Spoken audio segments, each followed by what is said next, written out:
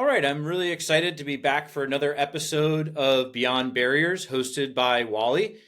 Beyond Barriers is a podcast that is an ongoing conversation with leaders and community evangelists about the challenges in navigating an effective accessibility strategy. During this conversation, guests get to share their journey of successes and setbacks with a primary focus on how they've overcome issues that could have ended the accessibility focus. My name is Brian Gavin. I am the co-founder of Wally, the leading digital accessibility platform. And today I am joined by Shayna Brown. Shayna, I'm so excited to have you on today's episode. I'm so excited to be here. I was so honored that you reached out to me. I never really thought of myself as an accessibility expert, but I forget how much I know until I'm asked. It's when we first met, it was really exciting to hear your journey into accessibility, and I know you're a couple years into gaining the expertise and to helping be a leader. So tell me a little bit about what it was like to come into the accessibility space and what that journey's been like. The journey has been amazing. I'm always someone who is apt to learning, and I got an opportunity to take some courses through my company, and I just was so excited. They were working on updating sites to be more accessible. And I just always found that quite fascinating. I never really thought about how inaccessible things are until I was like, oh, I didn't realize an empty headline would be inaccessible for someone using a screen reader. And it never even dawned on me. And I think having my ignorance be brought to the forefront made me really want to learn and dig in and see how could I be doing better.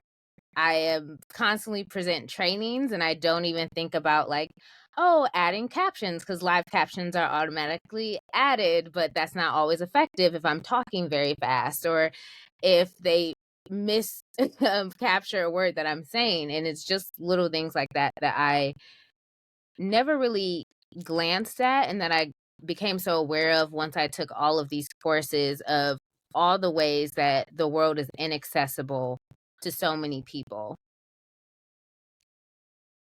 The courses piece is really interesting. I think it's humbling that you're sharing that you kind of started from this place that you weren't you know an expert per se, and you took it upon yourself with the help of the companies supporting you, which is awesome, right? Like Yeah. having companies support is so helpful. Tell me a little bit about the courses. What was some of the content that you covered? What was super cool about what you went through? I took I forget how many certificates I got because I just was like, oh, let's learn more, let's learn more. I think it's like 21 or something like that. Oh my God. But there were such a range of courses. So one were, of course, WCAG standards, so 2.0 standards. They also had one for 2.1. I found both of those super helpful because on top of my job at the company, I also am a freelance designer. And so I do a lot of things digitally, and again, didn't think about like, oh, do these colors contrast well together for someone who has, low color blindness or anything like that. It's just things I didn't think about. So it was things that I was like, oh my goodness, I can update my website, like my portfolio website with all these different things. So it gave me a lot of things to do and a lot of things, excitement to like learn all those things. I learned about courses for multimedia, so things for if you are doing like a live recording to have captions and to follow a script is easier to do so that when you need to upload captions or a transcript, it kind of depends on what you need. You can just upload it if you follow a script. And like that was so helpful and definitely helped me when like presenting at the company because then I was like, oh, you know what? I can just follow a script and it'll be a lot easier for me to upload or change anything um, and tweak things. And so it just made it so much, it just really opened my eyes to how much I was ignorant of and how much I could improve myself as like a presenter and to be more accessible to everyone. And even if someone doesn't need the alt text, it could be helpful if, because it doesn't necessarily have to be someone who needs the alt text through a screen reader. It could just be, for some strange reason, their internet service is low today, and I send a picture, and if it's a picture and nothing else, well, that gives them no context to that email. So I just think it's important as much as possible to realize accessibility isn't only for people with disabilities. It really is for everyone, and to think about the equity of everyone. Yeah, I mean, the inclusivity that this focus brings to a company strategy, it's pretty amazing, right? It makes Yeah. us, you're not the first person to talk about, being a little bit more well-rounded, right? Mm. And so 20 plus courses, that's crazy. Talk about continuous learning. I do enjoy the learn. So every time I learn something new, I wrote it down, and I had 50 pages of notes, and then I converted them to online. So if I needed them, I could find them quicker. And what does some of the presentations look like that you've created? Can you share, who the audiences are, or what some of the key things that you try to advocate for when you're driving the education?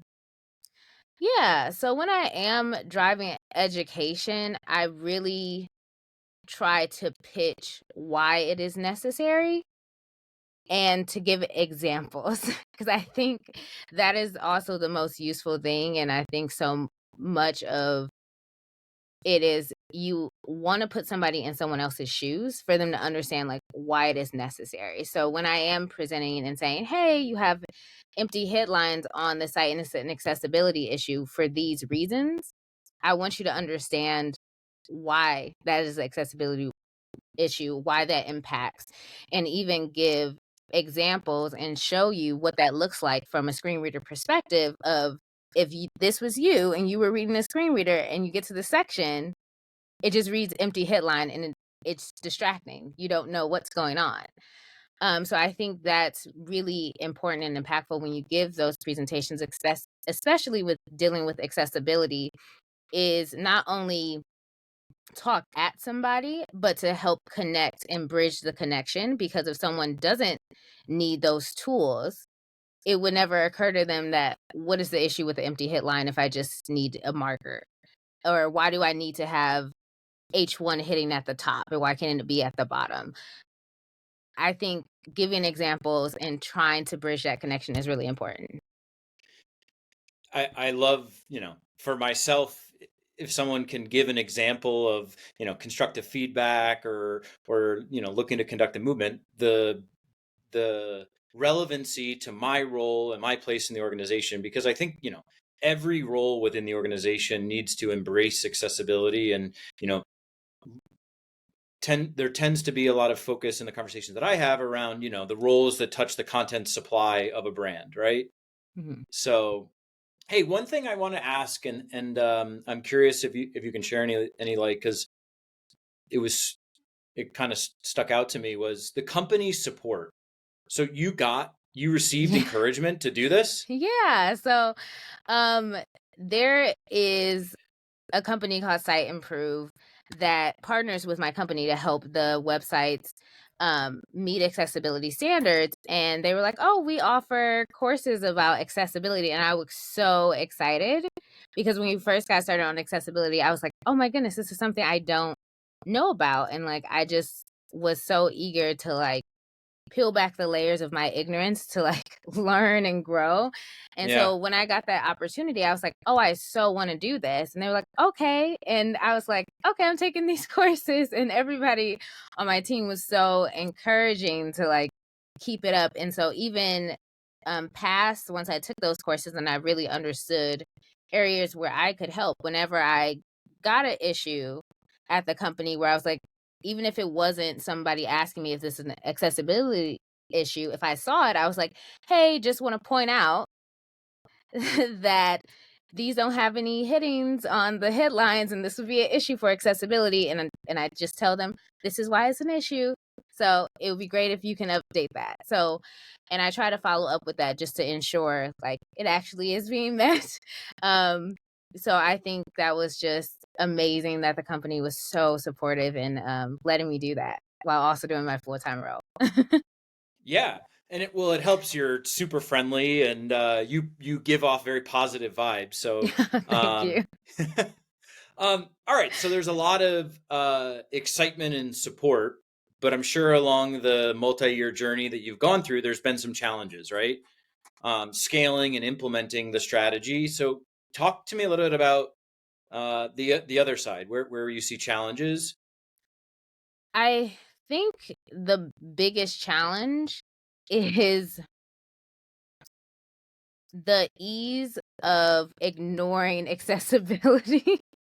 And I think when dealing with all the different teams, sometimes it is a little bit of like pulling teeth of this needs to be done for this particular reason because it is an accessibility issue. And I think because so many people especially don't realize that like 15% of the world have disabilities, and not even that, tons of people use accessibility tools that do not have disabilities, and I don't think that's acknowledged. I think people so focus on people with disabilities, even though that is important. I don't think people are aware of just how many people in general need those tools. So I think it's very easy when you're like, okay, it has an empty headline. Okay, only so many people use screen readers. But I'm like, do you know the actual statistic on how many people use screen readers? Or are you just thinking of only people who have low vision? Or, so it's things like that where which makes it a little bit difficult of like trying to really get them to understand why accessibility is equitable for everyone. Because at some point in our lives, people will have a disability, whether that's physical, cognitive, it doesn't matter at some point because we get older. So, like, when you get older, you have typically your eyesight lower. So, you will need to make font much larger. And so, you Yeah, want to make sure that that spacing is good when the font is increased. But it's not something you think about when you're, have very good vision and you're 21 years old. It's just not something that occurs to you unless that, you have that experience with someone. And I think that is the most challenging part, but most rewarding part is when you get to a point where you get somebody to understand like why accessibility is equitable. like imagine someone coming to you, and I'm just going to give a random example and be like, "Hey, 15% of the users that come to the screens that you design, they're not usable." Like 50% is a lot when it Yeah. comes to like, oh, if you're in the, you're in the marketing space and you're, losing out on 15% of traffic, or the user experience is degraded for 15% of your audience, right? Like that's in several of the conversations that I've had, it's, accessibility is a persona that we, in our roles as marketers and creatives and as technologists anywhere across the organization, um, this is a persona that is, vital to our audience, our community, our customer base. And I think, you're explaining it so well, where the inclusivity that you've been able to drive within your organization. Certainly, I'm hearing you're sharing a challenge there, but it's like that's not a small number when if you were to think Yeah. about it in, hey, 15% of people who are adding um, something to their shopping bag are dropping out for this specific reason. It's like, well, we know Yeah. the reason, right? So interesting. So that's one kind of big macro, or two macro issues that you Mm. see, the prioritization and the use case. Where else do you see, high level, macro level issues presented from an accessibility lens? I think another macro issue is just always the afterthought of accessibility. I think a lot of companies realize because there are standards coming out for web accessibility. And when the web first got started, nobody knew what anything was happening with the internet. Nobody thought about like people with disabilities or people who need screen readers or anybody with low vision, anybody with color blindness. Nobody thought of any of those people when the internet first got started. So it's always when new technology comes out, it's always like this backtracking of fixing what we never thought of to begin with. Yeah. And I think that's such a major issue because when you do that, you're always going to miss someone out versus thinking about that group first, and then it will be equitable. When and this is like a fun story I learned from accessibility. The little bumps on the street when you cross were originally created for the blind, so they know when it was a stop. But that's so useful for everyone because if you're on your phone texting or talking to someone, you can feel the bumps under your feet. So you know to stop even if you're distracted. And Mm. so that is accessible for everyone. But thinking about that one group helped everyone. And I think that's always the thing that is missing. Is always like, okay, in this moment, I'm just going to focus on every able-bodied person with no cognitive issues, with no physical issues, but not realizing that that always helps other people. Because if you have a website that can read to someone who is non-sighted, that also helps people who are sighted. Because if you don't have the time to actually sit and read those 10 pages, oh, the site can read for you. So, Yeah. but I just think that is such a major issue. It's always an afterthought of doing accessibility when it is needed versus having the forethought to think of it first. It's the afterthought piece is, I mean, that's the way a lot of the tooling for accessibility was built early on is, hey, put this widget on a website or check and audit these website pages after you're done. And it's like, imagine, building a house and it's like, well, the house is done. Now let's inspect it Yeah. and let's see if it meets code. It's like, no, and any other principle, that logic makes no sense. Yeah. And the idea, you mentioned something is, it's from an experience perspective, and the Rumble strip was amazing. I've never heard Yeah. that. Is designing for great user experience, Yeah.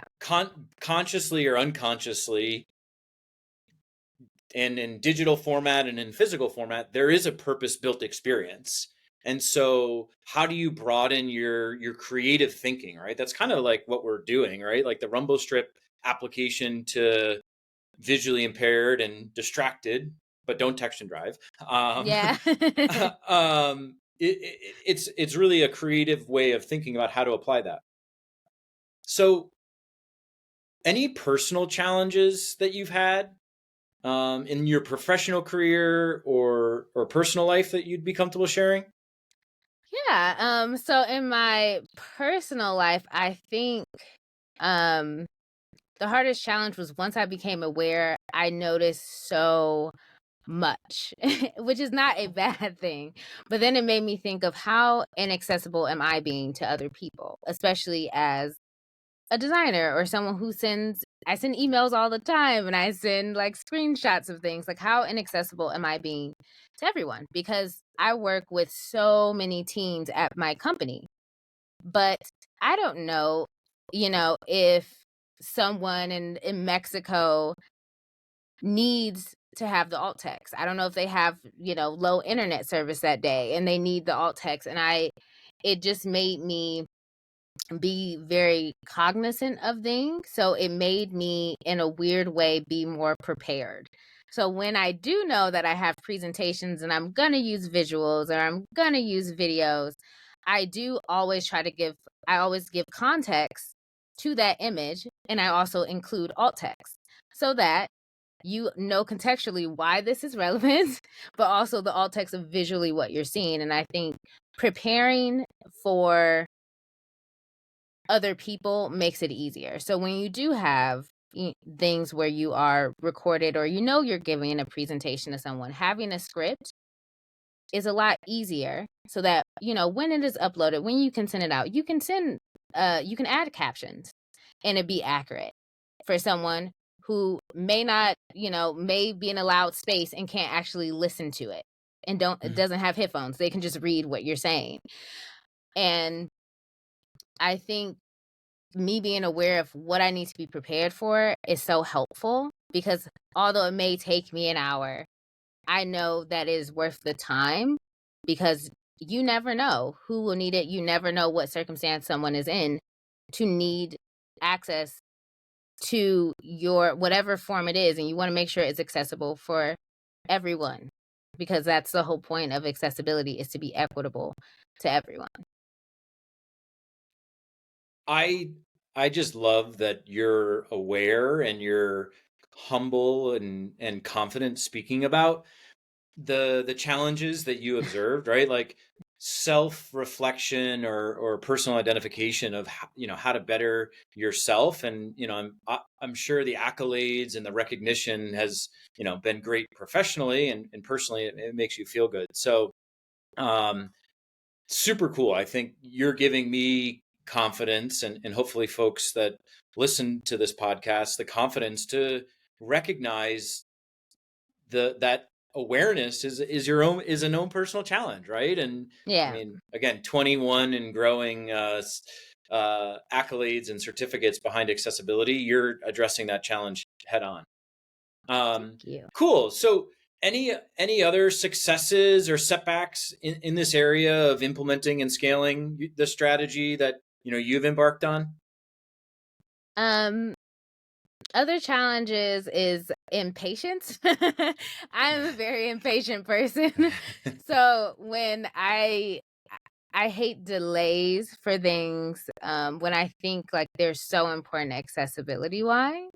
So one of the things that I am kind of a nuisance about is when I see something inaccessible on a site. So I live in a small city in Michigan, Oak Park. I'm sure you've never heard of it. It's very tiny. um, but I was on their website because I needed to look for something, and then curiosity got into me, and I was like, let's turn off all of the images so I can see if they have alt text. And they didn't. And they use baked in copy all over the place. And so I was just like, I'm going to be that person. And I emailed them, and I was like, hey, your site really isn't accessible. And I pointed out, without doing like a full audit, I just pointed out like several issues of like color contrast is not great, baked in copy is not great. You have no alt text, so it's very hard for anybody who, does not have a great internet connection or needs a screen reader for them to read the images. And so, yeah, I haven't got an email back yet, but I just couldn't help but like take the initiative. And I think having a level of impatience is hard, because I'm just like, it's so easy if you really it takes time, but it really is so easy once you really start getting into accessibility and really understanding why things are necessary. It makes it so much easier for you to advocate for other people and point out, hey, I want to keep this in mind when I design. Yeah. Or so it just makes it a lot easier. Did you get a response? No, not yet, but I'm hoping. I will send another email. It's been a bit of a time, and I hate to be that person, because I'm like, oh, I would hate me if I was on the other end. But I just think about that because my mom is also older. And so when I see her struggle on the internet, and it's because like, one, she's not tech savvy. She can't find a website for anything. But also it's one of those things where like she loves to increase her font because it just makes it easier. She wears glasses, and when she doesn't have them on, she likes to have it really large. She can't stand when things aren't easy, like forms aren't easy to fill out. And it's just one of those things where I always try to think of that, because I have a lot of older people in my life and they are not tech savvy at all. Oh So my I always God. It's the parents example is so great, because it's like, yeah, yeah. so I always try to keep that in mind. Like, would this be easy for someone who does not know the internet well? And I think that's such a thing that we leave behind, because so much is like converted to technology. But are you making sure that technology is easy to use, easy to access for everyone? Because if you're not very tech savvy and you have a million things on a page, it's very distracting and disorienting. And so I just think when you can point it out, and that company may not exactly take your advice, but at least you advocated for that for someone who needs it. Love it. The advocacy, you're being humble, and I'm going to shine it on again. The personality shines through. We need to all embrace a little bit of your cheerfulness and personality. So, what are the biggest disruptors coming to accessibility? I think the biggest disruptors, there's a few. So one is always like the slowness with technology. We are getting more into AI, and it's like, are you ensuring that the AI is actually like accessible to everyone, because it is new and there aren't any things bridged for that. So like the inclusion of that, I think always needs an accessibility angle, because are you making sure that that chat is very useful for everybody? Are you making sure you can chat to talk with all of that AI, or does everybody have to type? So it's little things like that that I think are important. But on a bigger level, I think it speaks back to what I said earlier about everything always being an afterthought. I think so much of the world, especially the US, is always like, we're gonna just build it, and if there's cracks, we'll fix the cracks when we find them. And instead of doing things like that, because in general it's so hard for people with disabilities to get, great health care or great spaces. And even looking at like the way buildings are structured, sometimes I look at things, I'm like, that's actually a pretty far parking spot for that to be for someone with a disability. And or that's a really small parking spot for someone with a disability that might be in a wheelchair and might need the extra room. But I think because it's just like, oh, it's just a regulation that I have to meet. Sometimes people have this mindset of, okay, I'll do the bare minimum so that I'm not in trouble, without really thinking about like, is this actually helping the person that it's supposed to? Or are you doing it as just, spackle on top of that crack? Yeah, I mean, the lens of accessibility is, about getting compliant Yeah. it's like, it's frustrating for me. It gets the hair on my arms to stick up a little bit, because it's like, if you go about building really good user experience, Yeah. then you're going to be compliant, right? And you have, there's been, I mean, we didn't even get into like the lawsuit side and all this other stuff, but you have websites getting sued even though they're quote unquote compliant. And it's like, you said it best. You went to the city site, and you turned off the images, and it's look at it. I've had so many conversations where I'm like, hey, turn on Apple VoiceOver, close your eyes, and navigate the site. And it's like, you can't, right? Oh, Exactly. your H1 heading they're not logically nested, and all these things. And it's like, address accessibility through the lens of giving an inclusive, like you said, experience, giving a really good experience. And the other parts pay off, right? There's a feel good brand reputation aspect that, brands are fighting for market share and fighting Mhm. for unique messaging. And so it's like, just do what's right. I mean, I think I'd love to, make the model of how to get into accessibility, something around the framework that you went through, because it's amazing. So, um, Yeah. cool. Hey, this is, I always love an engaging conversation, and you're like such a natural, like, what do we want to talk about next?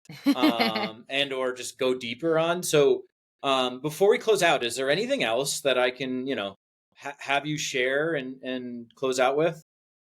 Yes.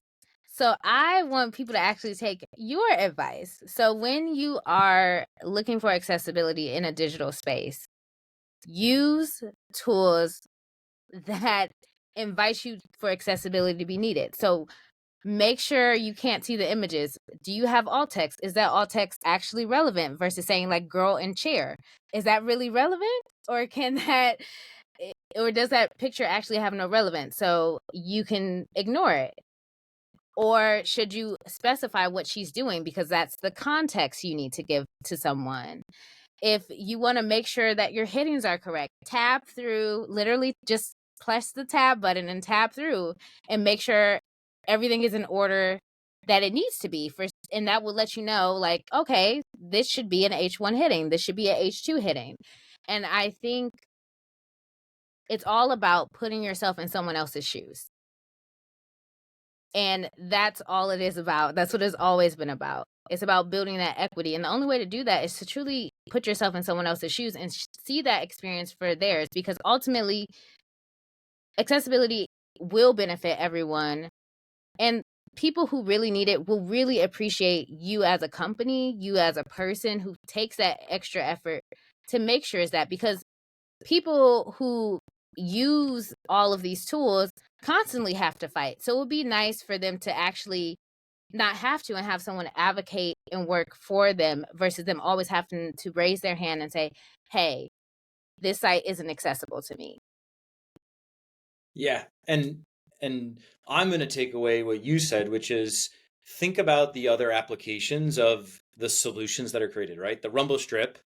How many lives has that saved from crossing the median or stopping at a stop sign that, the original intention wasn't designed, which I didn't know today. So, or before you said it. So, really cool. We are at time, an amazing, fun conversation. Shayna, thank you so much for joining. And, yeah, I hope you have a good rest of your day. Thank you. I appreciate for you reaching out. If you ever want to reach out again and chat, I'm all for it. I love it. Cool. Talk to you later. Okay. Bye.